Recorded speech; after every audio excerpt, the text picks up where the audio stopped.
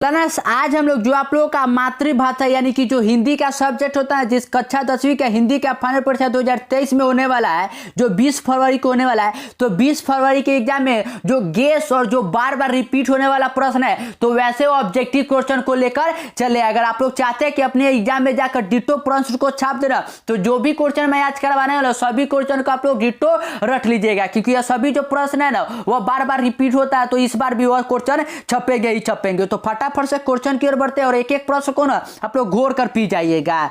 तो पहले क्वेश्चन की ओर बढ़ते हैं ना, तो पहला जो क्वेश्चन यहां पर दिया हुआ है क्या है कि आजकल भारतीय पहनावे बदल गए। इस वाक्य में पहनावे पूछा गया है कि कौन सी संज्ञा है। पहनावे जो है ना वो बदल गया है। यह क्या बता रहा है? यह भाववाचक को बता रहा है। तो इसका राइट आंसर जो ना जाएगा वो ऑप्शन नंबर सी हो जाएगा, भाववाचक संज्ञा। क्वेश्चन नंबर 2 की ओर बढ़ते हैं। तो 2 है क्या कि मैं आप चला जाऊंगा। इस वाक्य में आप कौन सा सर्वनाम है? पूछा गया है क्या कि मैं आप चला जाऊंगा, इसमें वह आप कौन सा सर्वनाम है? तो आप क्या है? यह निजवाचक है। क्या है? निजवाचक। तो इसका right answer option number B हो जाएगा। क्वेश्चन नंबर 3 की ओर बढ़ते हैं। तो 3 है कि प्रविशेषण शब्द किसकी विशेषता बताता है। जो प्रविशेषण शब्द होता है ना, तो यह पूछा गया कि यह किसकी विशेषता बताता है। तो किसकी बताता है? तो यह विशेषण की विशेषता बताता है। तो इसका right answer option number C हो जाएगा। क्वेश्चन नंबर 4 की ओर बढ़ते हैं। तो 4 है कि मीरा को जिंदगी से बहुत घृणा है। इस वाक्य में से किस कारक की विभक्ति है? कर्ता ने, कर्म को, करण से, मतलब ऐसा पढ़ते हैं ना आप लोग कारक के बारे में। तो पूछा गया कि जो से है यहाँ पर, वह से किस कारक का विभक्ति है। तो किस कारक का है? तो यह करण से, कर्ता ने, करण से। तो राइट आंसर ए हो जाएगा। क्वेश्चन नंबर 5 की ओर बढ़ते हैं। तो 5 है कि भूतकाल के कितने प्रकार होता है। जो भूतकाल मतलब कि जो बीत गया, उसके पूछा गया कि कितने प्रकार होते हैं। तो कितने प्रकार होते हैं? तो 6 होता है, यानी कि 6। तो राइट आंसर डी हो जाएगा। क्वेश्चन नंबर 6 की ओर बढ़ते हैं। तो 6 है क्या कि व्यायाम का संधि विच्छेद क्या है। व्यायाम का संधि विच्छेद पूछा गया है कि क्या होता है। तो व्यायाम का जो संधि विच्छेद होता है ना, वो होता है वी प्लस आयाम, वी प्लस आयाम। तो इसका राइट आंसर जो ना जाएगा वो ऑप्शन नंबर बी हो जाएगा।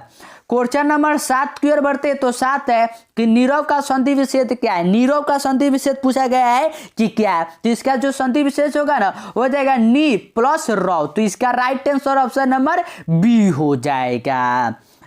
क्वेश्चन नंबर 8 की ओर बढ़ते। तो 8 है कि आ जन्म में कौन सा समास है। आ जन्म में पूछा गया है क्या कि कौन सा समास है। तो हम लोग क्या जानते हैं कि अव्ययभाव समास में क्या होता है कि जो पूर्व पद होता है वह मतलब कि प्रधान होता है। तो आ मतलब कि जिंदगी भर, मतलब कि जन्म तक, ठीक है। तो आ जन्म ये क्या है? तो अव्ययभाव समास। तो राइट आंसर ए हो जाएगा।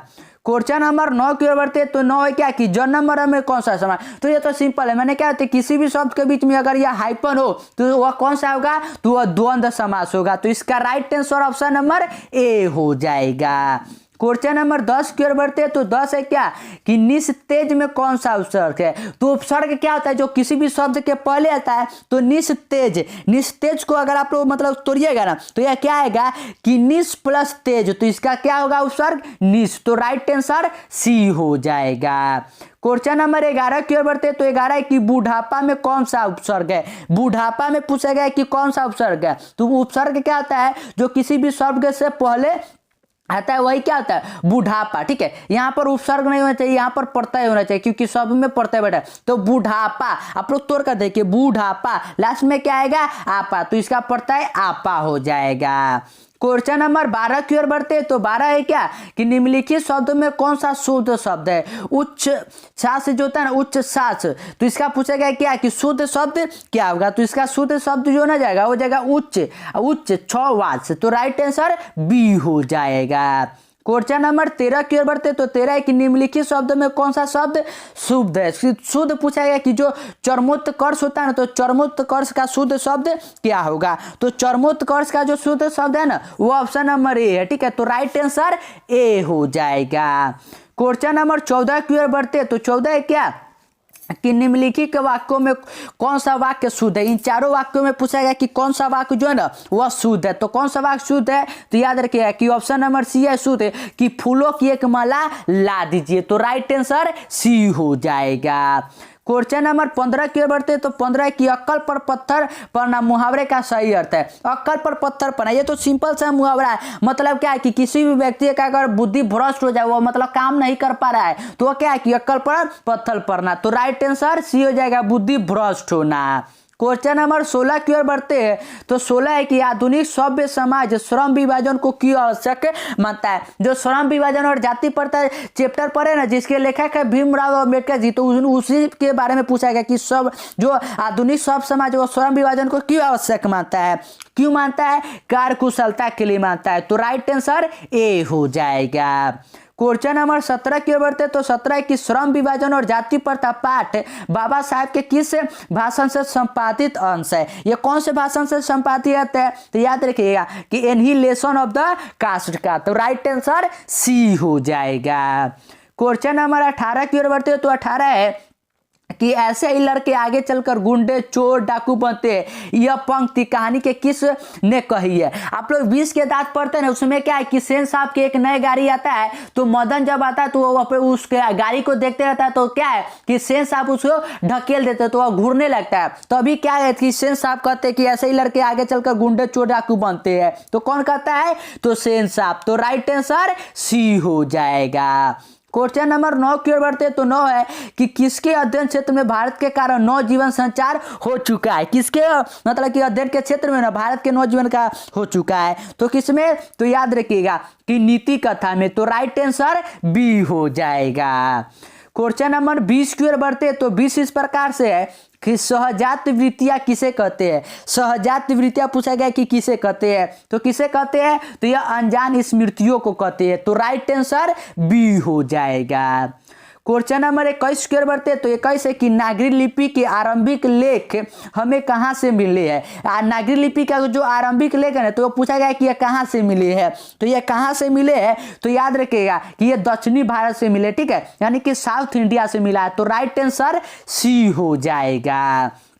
क्वेश्चन नंबर 22 की ओर बढ़ते हैं तो 22 है कि बेतमा दान पत्र किस समय का है। जो बेतमा दान पत्र है ना, नागरी लिपि आप लोग पढ़ते हैं जिसके लेखक गुणाकर मूले जी है, तो उसमें बेतमा दान पत्र आप लोग पढ़ते हैं, तो वह किस समय मिलता है। तो वह किस समय मिलता है? तो याद रखिएगा कि 1020 ईस्वी में। तो राइट आंसर ए हो जाएगा। क्वेश्चन नंबर 23 की ओर बढ़ते हैं तो 23 इस प्रकार से कि बहादुर लेखक के घर से अचानक क्यों चला गया। अचानक जो बहादुर है वो लेखक के घर से क्यों चला गया? तो सिंपल है, क्योंकि उसमें क्या है कि प्रति मतलब कि जो घर वालों को आती है ना, वो परिवर्तन आने लगा था। तो इसका राइट आंसर है कि स्वयं के प्रति लेखक तथा उसके घर वालों के व्यवहार में आए परिवर्तन के कारण। क्वेश्चन नंबर 24 की ओर बढ़ते तो 24 है कि साहित्य की परंपरा का पूर्ण ज्ञान किस व्यवस्था में संभव है। जो साहित्य का परंपरा का पूर्ण ज्ञान है तो यह किस व्यवस्था में संभव है। तो किस व्यवस्था में है? तो याद रखिए कि यह समाजवादी व्यवस्था में। तो राइट आंसर सी हो जाएगा। क्वेश्चन नंबर 25 की ओर बढ़ते हैं तो 25 है कि पंडित बिरजू महाराजा का जन्म कब हुआ था। पंडित बिरजू महाराजा का पूछा गया है क्या कि जन्म कब हुआ था। तो उनका जन्म पंडित याद रखिएगा कि 4 फरवरी 1938 को हुआ था। तो राइट आंसर ए हो जाएगा। और जो क्वेश्चन मैं करवा रहा हूं ना, ये सभी प्रश्न आपके एग्जाम में छपेंगे ही छपेंगे, क्योंकि यह बार बार रिपीट होने वाला प्रश्न है और गेसिंग क्वेश्चन है, ठीक है। तो एक एक क्वेश्चन को आप लोग याद कर लीजिए और चैनल पर नए तो चैनल को सब्सक्राइब भी कर लीजिए। क्वेश्चन नंबर 26 की ओर बढ़ते हैं तो 26 है क्या कि द मादामोजेल द एवेन्यू किसकी कृति है। द मादामोजेल द एवेन्यू ये पूछा गया कि किसकी कृति है। तो किसकी है? तो यह पिकासो की है। तो राइट आंसर बी हो जाएगा।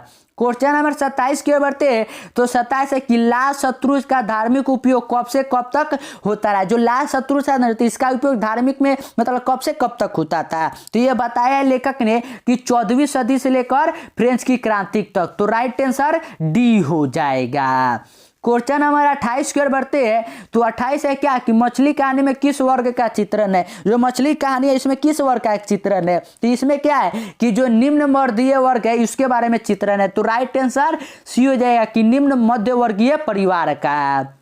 और क्वेश्चन नंबर 29 की ओर बढ़ते हैं तो 29 है कि बिस्मिल्लाह खां के साथ किस मुस्लिम पर्व का नाम जुड़ा है। ये तो बहुत ही ज्यादा बीबीआई क्वेश्चन है और ये बार बार पूछे जाने वाला प्रश्न है। इस बार ये पूछा ही जाएगा कि बिस्मिल्लाह खां के साथ किस पर्व का नाम जुड़ा है। तो कौन सा पर्व जुड़ा है? तो मुहर्रम। कौन सा? मुहर्रम। तो राइट आंसर डी हो जाएगा। क्वेश्चन नंबर 30 की ओर बढ़ते हैं। तो 30 है कि महात्मा गांधी के अनुसार उदात्त व बढ़िया शिक्षा क्या, उदात्त और बढ़िया शिक्षा महात्मा गांधी के अकॉर्डिंग क्या है? तो कौन सा शिक्षा है? तो याद रखिए कि अहिंसक प्रतिरोध। तो राइट आंसर सी हो जाएगा।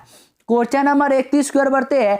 तो 31 है कि वाणी कब विष के समान हो जाती है? वाणी जो है ना, मतलब कि जो आप लोग बोलते हैं तो वह विष के समान कब हो जाता है, यही पूछा गया है। तो कब? जब राम नाम के बिना हम लोग बोलते हैं। यह कौन कहते हैं? तो यह गुरु नानक जी कहते हैं। तो राइट आंसर ए हो जाएगा। क्वेश्चन नंबर 32 की ओर बढ़ते हैं। तो 32 है कि रसखान के रचना काल के समय किसका राज्यकाल था? उस समय किसका राज्यकाल था? तो किसका था? तो जहांगीर का था। तो राइट आंसर सी हो जाएगा। क्वेश्चन नंबर 33 की ओर बढ़ते हैं। तो 33 है कि कवि ने परंजय किसे कहा है? कवि ने परंजय पूछा है कि किसे कहा है? तो किसे कहा है? तो अब बादल को कहते, क्लाउड को कहते। तो राइट आंसर सी हो जाएगा। क्वेश्चन नंबर 34 की ओर बढ़ते हैं।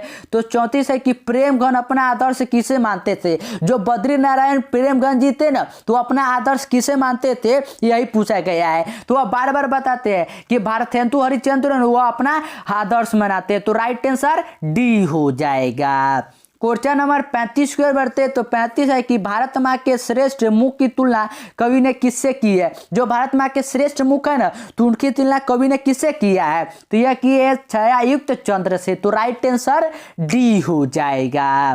क्वेश्चन नंबर 36 की ओर बढ़ते हैं। तो 36 है क्या कि मिट्टी की आबोध मूर्ति कौन है? मिट्टी की आबोध मूर्ति पूछा गया कि कौन सा है? तो कौन है? तो वह जनता है। तो राइट आंसर बी हो जाएगा। क्वेश्चन नंबर जो 47 है वह इस प्रकार से कि हिरोशिमा कविता किसका चित्रण करती है? जो हिरोशिमा कविता है ना, जिसके लेखक अज्ञे जी है, तो उसमें किसका चित्रण किया जाता है?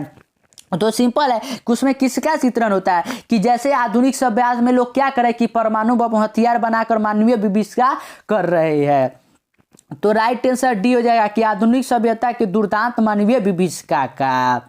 क्वेश्चन नंबर 38 की ओर बढ़ते हैं। तो 38 है कि एक वृक्ष की हत्या कविता किस काव्य संग्रह से संकलित है? जिसके लेखक है ना कुंवर नारायण जी, एक वृक्ष की हत्या, तो यह पूछा गया कि किस काव्य संग्रह से है? तो यह किस काव्य संग्रह से है? तो याद रखिएगा कि इन दिनों से है। तो राइट आंसर सी हो जाएगा। क्वेश्चन नंबर 39 की ओर बढ़ते हैं। तो 39 है कि गरीब बस्तियों में क्या हुआ? गरीब बस्तियों में पूछा गया है कि क्या हुआ? तो क्या हुआ था गरीब बस्तियों में? तो यह धमाके से देवी जागरण हुआ था। तो राइट आंसर सी हो जाएगा। क्वेश्चन नंबर 40 की ओर बढ़ते हैं। तो 40 जो है ना वह इस प्रकार से कि सृष्टि का विकास कथा का प्रथम अक्षर क्या है? पूछा गया कि प्रथम अक्षर क्या है? तो यह है कि विफलता पर छलके आंसू, अक्षर ज्ञान में बताया जाता है। क्वेश्चन नंबर 41 की ओर बढ़ते हैं। तो 41 है कि लौट कर आऊंगा फिर कविता किस कवि द्वारा भावांतरित की गई है? किस कवि द्वारा भावांतरित की? तो लौट कर आऊंगा फिर ये किसमें है? तो यह जीवनानंद दास करते। कौन देते? तो जीवनानंद दास जी। तो राइट आंसर ए हो जाएगा। क्वेश्चन नंबर 42 की ओर बढ़ते हैं। तो 42 जो है ना वह इस प्रकार से कि मेरे बिना तुम प्रभु किस भाषा से अनुवादित है? मेरे बिना तुम प्रभु जो है ना यह किस भाषा से अनुवादित है? तो सिंपल है कि इसके लेखक कौन है? तो रेरन मारिया रिल्के, और वह किस कहाँ के रहने वाले थे? तो जर्मनी के। तो राइट आंसर बी हो जाएगा, जर्मन के। क्वेश्चन नंबर 43 की ओर बढ़ते। तो 43 है कि दही वाली मंगमम्मा कहानी किस लेखक द्वारा रचित है? जो दही वाली मंगमम्मा है ना, ये किस द्वारा रचित है? तो यह श्रीनिवास द्विज द्वारा रचित है। तो राइट आंसर ए हो जाएगा। क्वेश्चन नंबर 44 तो बहुत इजी क्वेश्चन है कि मंगमम्मा की बहू का नाम क्या है? और ये बहुत ज्यादा वीवीआई क्वेश्चन है, ये तो छपेगा ही छपेगा आपके एग्जाम में कि मंगमम्मा का बहू का नाम क्या है? तो सिंपल नजमम्मा है। क्या है? नजमम्मा। तो राइट आंसर ए हो जाएगा। क्वेश्चन नंबर 45 की ओर बढ़ते। तो 45 है कि ढहते विश्वास कहानी किस लेखक द्वारा अनुदित है? मतलब कि उसको ट्रांसलेट किया गया है। तो किसके द्वारा? तो यह है राजेंद्र प्रसाद मिश्र द्वारा। तो राइट आंसर ए हो जाएगा। क्वेश्चन नंबर 46 की ओर बढ़ते हैं। तो 46 इस प्रकार से कि माँ कहानी किस लेखक द्वारा रचित है? जो माँ कहानी है ना, किस मतलब किस लेखक द्वारा रचित है? तो यह ईश्वर पेटलिकर द्वारा। तो राइट आंसर सी हो जाएगा। क्वेश्चन नंबर 47 है कि मंगू की माँ कितनी संतानें थी? जो मंगू की माँ थी ना, तो उसके कितने संतानें थी? तो कुल 4। तो राइट आंसर सी हो जाएगा। क्वेश्चन नंबर 48 है कि नगर कहानी किस भाषा से उदित है? तो नगर कहानी किससे है? तो यह तमिल से। तो राइट आंसर बी हो जाएगा। क्वेश्चन नंबर 39 है कि पापाती की उम्र क्या थी?